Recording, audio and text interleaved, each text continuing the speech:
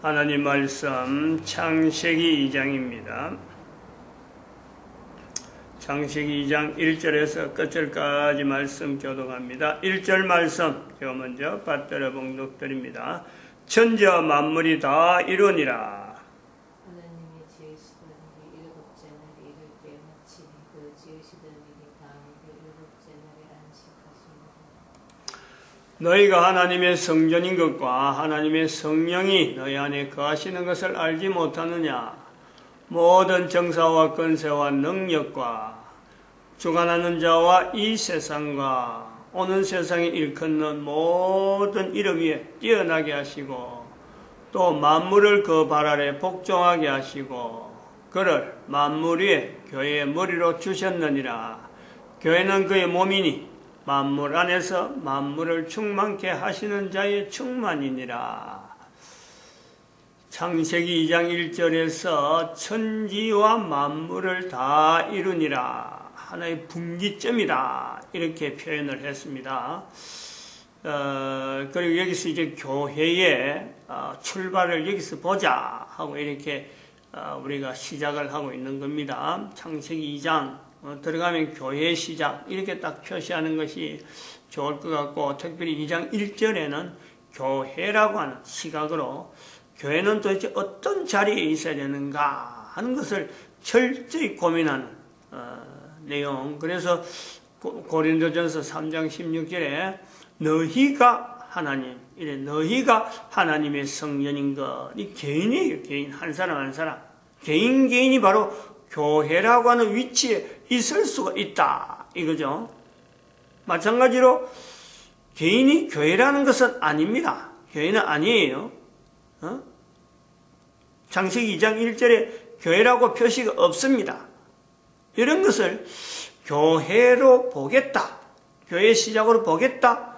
내가 바로 내 한 사람에게 바로 하나님의 성전이 될 수 있다 하는 시각, 이런 어떤 언어를 내가 스스로 만들어가는 것, 이것이 있으니까 가능하다. 그래서 이런 것을 우리가 신앙이라고 표현하지 아니하고 이런 것은 신학이라 표현하자는 겁니다. 신학과 신앙, 우리가 볼 때, 지금 현재 볼 때 그런 거예요. 신앙은 지금까지 일반적으로 모든 사람들에게, 모든 사람이 다 신앙이 있다. 어떻든 간에, 뭐 성경을 중심으로 하는 신앙이든지, 성경을 전혀 무시한 신앙이든지, 모든 사람에게 신앙이 있다 하는 그 신앙, 그렇게 이야기하는 그 신앙이 있는데, 이 신앙은 행동으로 나타나는 것이 이 본질적인 어떤 표현이에요. 신앙은 행동으로 나타나야지, 행동으로 나타나지 않는 그것은 어떤 것도 우리가 그것이 신앙이다 연결할 수 없는 것, 즉 보여야 되고 객관적으로 그 사람 비교가 되는 어떤 것이 있어야 되는, 형태가 되든지 형제가 되든지 행동이 되든지 간에 사람들에게 객관적으로 나타나는 어떤 내용, 이걸 우리가 근거로 해서 신앙이다 한단 말이에요. 신학은 그것이 아니에요. 전혀 형체가 없어요. 뭐냐면 이거는 매체를, 신학이라고 하는 것은 매체는 결국 말이에요. 말을 매체로 하는 거죠. 신앙하는 사람의 말, 모든 사람에게 신앙이란 요소가 있듯이 모든 사람의 하는 행동에 또한 나타나는 신앙의 근거는 신학이라고 하는 요소가 있으니까 가능하다. 한 단계 앞으로 보는 거예요. 행동 나타나기 전에 행동으로, 신앙으로 나타나는 행동의 어떤 것의 그 모티브 또는 시작점, 그것에서 우리가 신학이라 표현하겠다는 거죠. 그렇게 하자는 거예요. 또한 신학이라고 하는 것을 이렇게 모든 사람이 다 신학이 있다. 그리고 그런 것을 붙여보면은, 연결해보면은 성경이란 내용은 성경에는 글자예요. 문자예요. 신학이라고 하는 것이 어떤 나는 말로 해가지고 문자로 나오는 그 내용이듯이 이 성경이라고 하는 것도 근본적으로는 지금까지는 신앙으로 표현하는 거죠. 신앙을 하는 사람이 여러 신앙을 가진 사람이 있는데, 많은 내용을 가지고 신앙이라 하는 내용이 있는데, 특별히 하나님을 신앙하는 사람들의 관계되어지는 내용, 이런 식으로 하나님의 관계되어지는, 정말 하나님이라 하면 성부 하나님, 성자 예수님, 성령 하나님의 관계되어지는, 또 그분들이 성령 하나님께서 특별히 감동하여서 감동받아서 쓴 글, 이렇게 표현했던 것이 우리가 성경에 대한 일반적인 우리가 표현이라 했다면은 신학이라는 언어로 가지고 이제 새롭게 우리가 다시 한번 이렇게 조명을 할 때는 결국 성경은 모든 사람이 다 신학을 할 수 있는데, 신학을 다 내용을 다 갖고 있어요. 다 글로 표현할 수 있어요, 자기의 신학을. 그러나 성경은 결국에는 특별히 신학이라고 하는 내용으로 어떤 중심이 있는, 어떤 일정한 중심을 가지고 있는 내용의 어떤 신학들의 몸, 이렇게 되어지는, 간단하게 표현할 수 있는 거예요. 아주 모든 사람들이 다 신학을 한다고 하는 사람은 다 또한 성경을 쓸 수 있는 자리에 다 있는 거예요. 근데 그 중에서 일정한이라고 하는 어떤 제한이죠, 제한사. 아무나는 아니죠. 모든 사람은 다 신학이란 요소가 다 있어서 다 나름대로의 표현을 다 하고 그것 따라 행동이 다 나오는데, 신앙이 안 되듯이, 신앙이라고 하는 것은 틀에도 우리가 일정하게 어떤 요건을 갖추고 이야기하듯이, 신학이란 내용도 우리가 일정한 어떤 범위를 두고 그러한 사람들의 표현들, 그것이 결국은 우리가 신학이다, 이렇게 아주 성경이다, 성경으로서 나타났다라는 것을 우리가 인지하는 거예요, 지금. 나타난단 말이죠. 그런 것을 자꾸 우리가 하는 인지적인 내용을 자꾸 모은다, 이래 들어가죠. 그러면 이렇게 이제 신학을 이렇게 일반화되어지는, 모든 사람들이 다 성경을 기록할 수 있는 요소는 다 있다. 근데 왜 안 되느냐? 현재도 함부로 글을 못 쓰는, 내용은 이 성경이 구성하고 있는 어떤 일정한 틀이, 누가 내가 어떤 내용을 갖고 신학이 있는 것이 분명하다고 해서 그 신학이 들어갈 수 있는 자리가 없어요.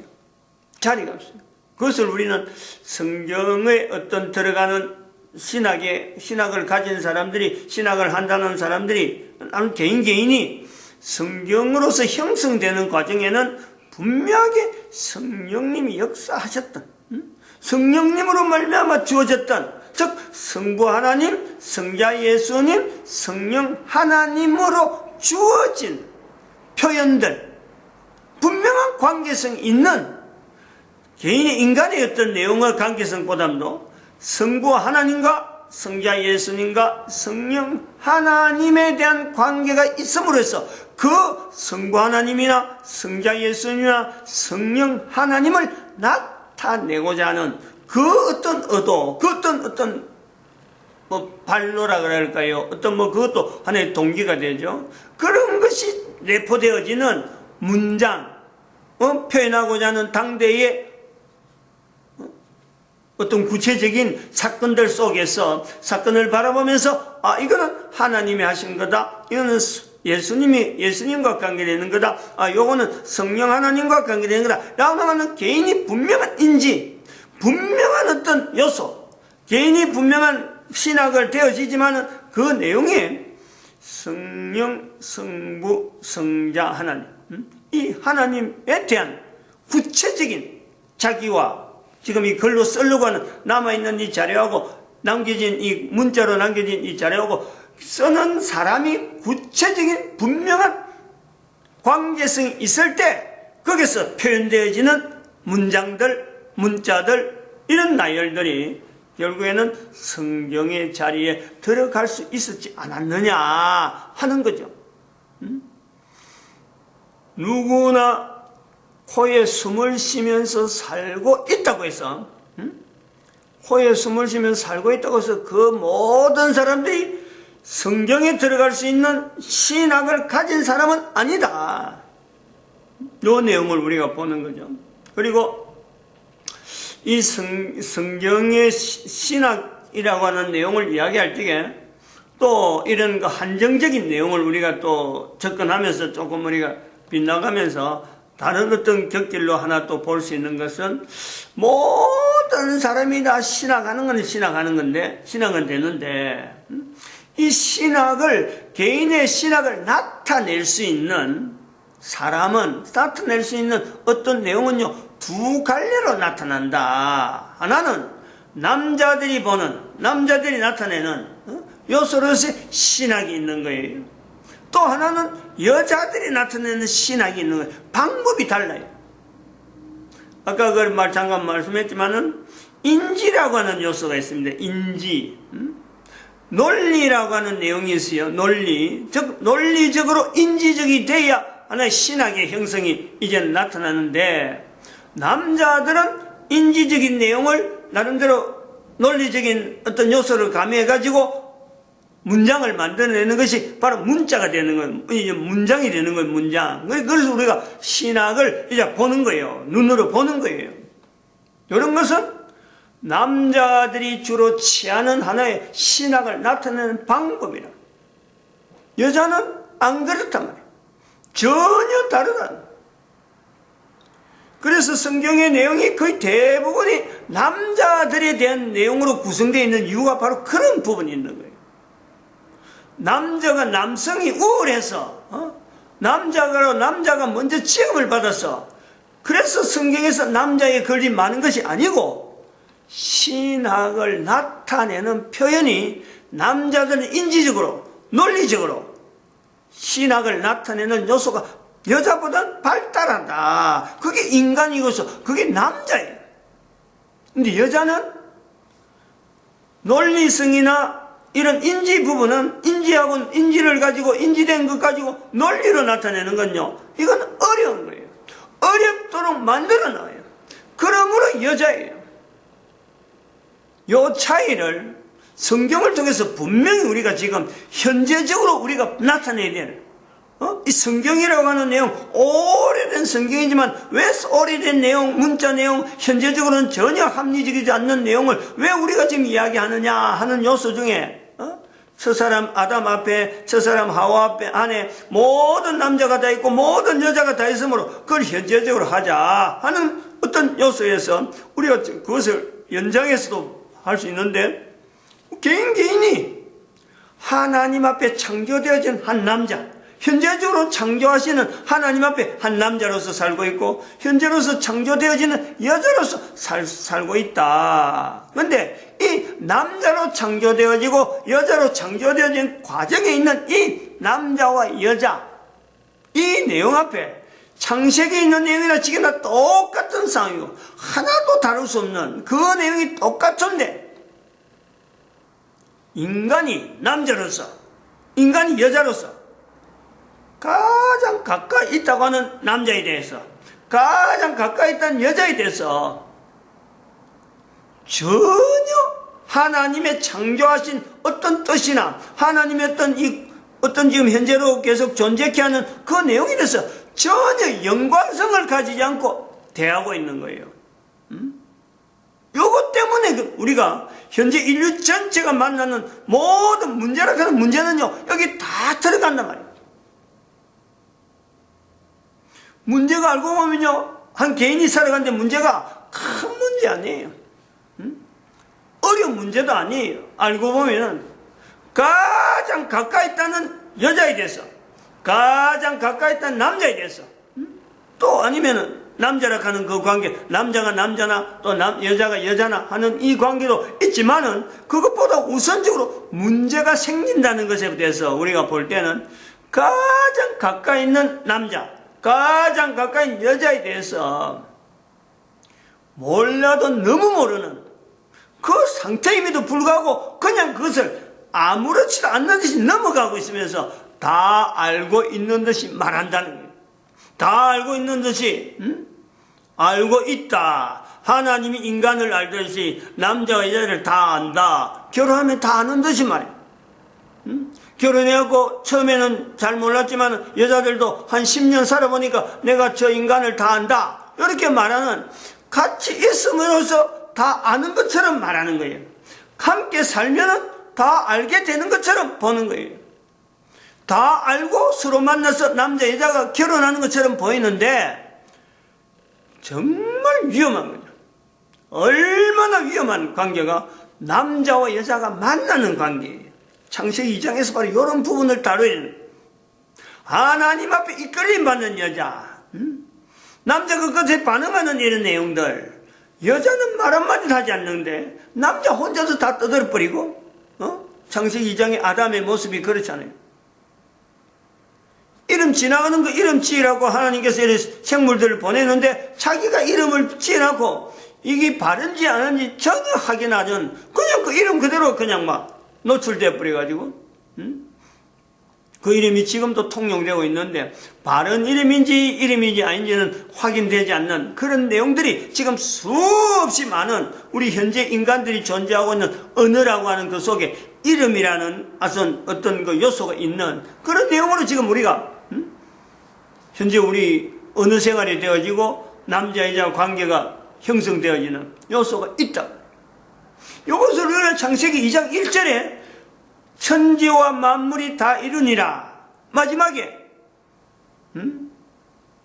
남자와 여자가 두 사람이 벌거벗었으나 부끄러워 아니한다. 이 개념에 이 두 문장이 1장 1절과 2장 1절과 2장 25절 2장 25절 마지막 절 그 사이에 있는 이 내용, 여기에 문장 하나마다 또 단어 하나마다 함축된 그 내용의 깊이, 이 내용의 깊이를 가지고 이스라엘이라는 어떤 사회를 통해서 거쳐왔던, 그리고 신약이라는 내용에서 신약에 살고 있던 예수님을 믿는다고 받아들이는 사람들이 이 창세기 2장을 보면서 수없이 접근하려고 했던 그 시도가, 그럼에도 불구하고 성경이 계속 유지되고 오늘 우리에게까지 보존되어 왔는 거예요. 이런 무게, 이미 다 이뤘으면은 남자 여자 관계가 그럼 결혼만 하면은 해결되고, 그리고 인류 사이에 아무 문제가 없는 내용 같으면요, 이 창세기 2장에 이 내용은요 그대로 빠져도 되는 거예요. 그 왜 남자가 나와야 되고 왜 여자가 나와야 되고 아무런 이유가 없어요. 다 이루니라. 하나의 분기점으로서 어떤 새로운 환경 속에서 나타나는 어떤 내용을 지금 창세기 2장 1절에서 표현하고 있는데, 그 내용의 범위가 어마어마한 범위를 아주 축소하고, 즉 사람 사이에 나타나는 수많은 언어들, 사람 사이에 나타나는 수많은 문제들이 가장 간결하게, 가장 간단하게 그 문제의 원인은 어디 가면 풀 수 있는지, 무엇으로 통해서 나타날 수 있는지를 이 창세기 2장에서 그걸 나타내기 때문에 오늘 우리가 앞으로도 개인이 창세기 2장 안에서 인간이 할 수 있는, 인간 세상에 나타날 수 있는 모든 문제가 포함되어 있다고도 볼 수 있고, 또 그럼 가장 간단하게 어떤 문제라도 쉽게 누구든지 해결할 수 있는 이런 요소가 바로 창세기 2장에 있다. 문제로서 볼 적에는 가장 간단하게 그 문제를 푼다고 할 적에는 바로 남자로서 여자로서 이 분명한 하나의 다른 개체, 남자와 또 여자의 어떤 다른 언어에 대한 내용을 내가 얼마나 이해를 하고 있느냐, 요걸 우리가 볼 수 있고, 사람이 한 사람으로서 할 일, 내가 뭐를 해야 되느냐 하는 걸 볼 때는 한 사람 한 사람이 반드시 교회라고 하는 그 위치, 교회라고 하는 그 이름으로 너희가 하나님의 성전이라는 이 분명한 한 개인의 무게를 가지고 내가 살아가는 거죠. 이런 자세로서 어릴 때부터 훈련된다면은, 그런 훈련시키는 가정이 있다면은, 그 가정의 이름, 그 훈련되어진 어떤 한 사람을 통해서 자자손손이, 즉 예수님 오실 때까지 그 이름이 나타날 수밖에 없는 거예요. 성경에 기록하든지 어디 기록하든지 그건 하나님께서 나타내 주시는 거예요. 우리가 그런 포부와 그런 꿈이 개인이 있다는,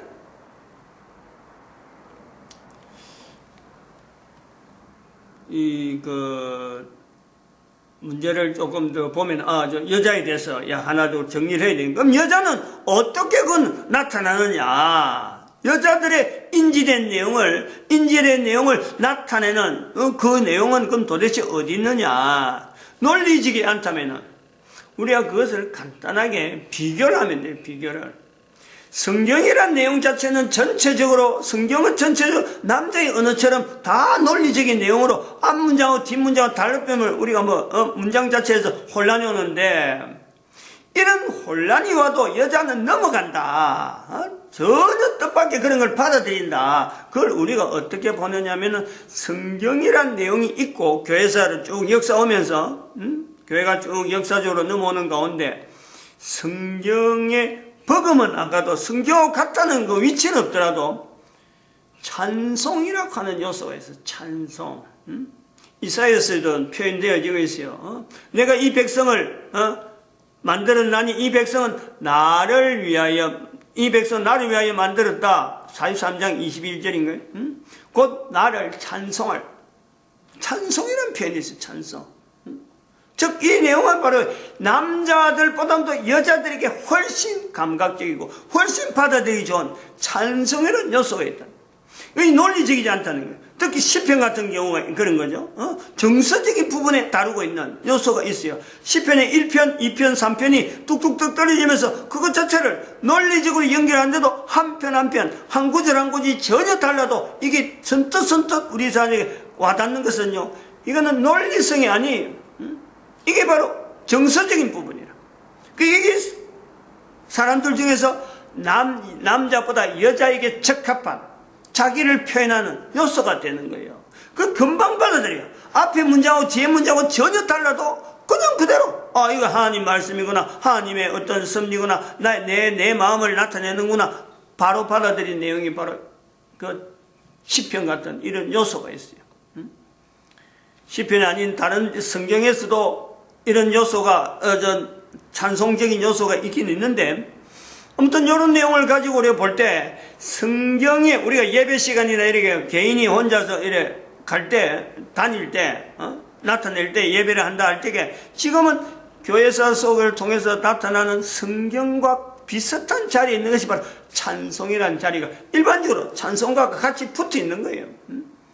성경이 있고 찬송이 있다. 이 내용은 즉 남자로부터 시작된 성경이라고 하는 이 표현된 인지적인 논리를 통해서, 인지적인 요소를 통해서 하나님 앞에서의 어떤 신학을 나타낸 내용이라고 하면, 여인들은 찬송을 통해서 여인들의 신학이 나타나는 거예요. 그래서 잘 우리 고려를 해야 돼요. 남자들의 인지적인 내용은 현재적인 내용이에요. 그리고 이 내용은 현재적인 내용을 논리성 속에서 이게 연속성이 있다. 연속성. 잘 우리가 봐야 돼요. 연속성이란 세대에서 세대로 가는 거예요. 세대에서. 연속성이라는 것은 옆에 사람한테 퍼지는 게 아니고, 사람들에게 나타나는 분명한 신학은 남자는 현재적이면서 연속성, 세대 간에 가는 거다 하면은, 여자들에게 있어서 신학이라고 하는 이 찬송 정서적인 내용은 분명히 현재적이면서 이 현재적인 내용이 옆으로 가는 거예요. 현재적인 옆으로 가는 거예요. 이게 연속성에서 세대로 가는 것이 아니에요. 즉 개인 절대적으로 이거는 개인이에요. 아까 신학도 철저히 개인이지만 이 내용도 철저히 개인이 현재적인 삶 속에서 퍼지는 거예요. 마음에 연결되는 내용이 없단 말이에요. 그래서 이게 자체가 성경이라고 하는 이 내용은 두고 연결되어지는 어떤 사람들이 계속 해야 되는 이 내용은 어쩌보면은 남자들은 성경이 더 필요한 내용이고, 필요한 거로 볼 때는 성경이 남자들에게 더 필요한 거예요. 여자들은 그냥 그대로 받아들이는 게 그것이 너무 쉽고, 이게 너무 쉽게 퍼지는 거예요. 그냥 그대로 수용해버린대. 남자들은 수용하기 힘들어요. 어떤 사건도 앞과 뒤가 안 맞으면 그냥 못 받아들여. 여자들은 앞뒤를 보는 게 아니고 현재적으로 있는 내용 그걸 자체를 봐가지고 이게 내한테 마음에 든다 하면 그걸 그냥 받아들이는 거예요. 예수님이 십자가에서 죽으셨다, 이거 자체 그냥 예수님이 나름대로 죽으셨구나 그냥 받아들이는 거예요. 그게 난 구원받은 내 자신이 쉽게 표현되는 거예요. 근데 남자들은 내가 구원받았는데 예수님이 십자가 죽은 거하고 내하고 무슨 상관이 있어? 따지기 시작해요. 이건 절대 내 같은 죄가 어떻게 예수님의 십자가에서 사라진다는 거야. 이거는 비교가 안 되는 거죠. 그리고 오래전에 죽은 예수님인데 현재 내하고 어떤 관계가 있어? 연결이 안 된단 말이에요. 그래서 남자들이 오히려 더 성경이 남자들에게 필요한 책이지, 여자들에게 있어서 신앙을 하는 데 있어서 이 성경은요 그렇게 중요하지 않는 거예요. 거기서 여자들이 이 성경을 신학적으로 만약에 뭐 표현을 한다고 해서 막 따지고 들면은 좀 골치 아픈 내용이에요. 사실은 그 골치, 자기 스스로 골치 아픈 쪽으로, 어려운 쪽으로 들어가는 기지. 여인들이 다루는 것은 문자가 아니고, 사람들이 가지고 있는 이 정서적인 내용, 감정적인 여러 표현들을 여자들은 전문적으로 다루는 거지, 분야가 다르다. 이런 것을 통해서, 어제도 이 말씀했지만은, 여인들이 지금 목사라고 하는 이 직책은 또 특별히 더 어려운데, 이걸 감당하기는 정말 어려운 환경이 아닌가 이렇게 보고 있습니다. 마치겠습니다. 기도드립니다. 할렐루야.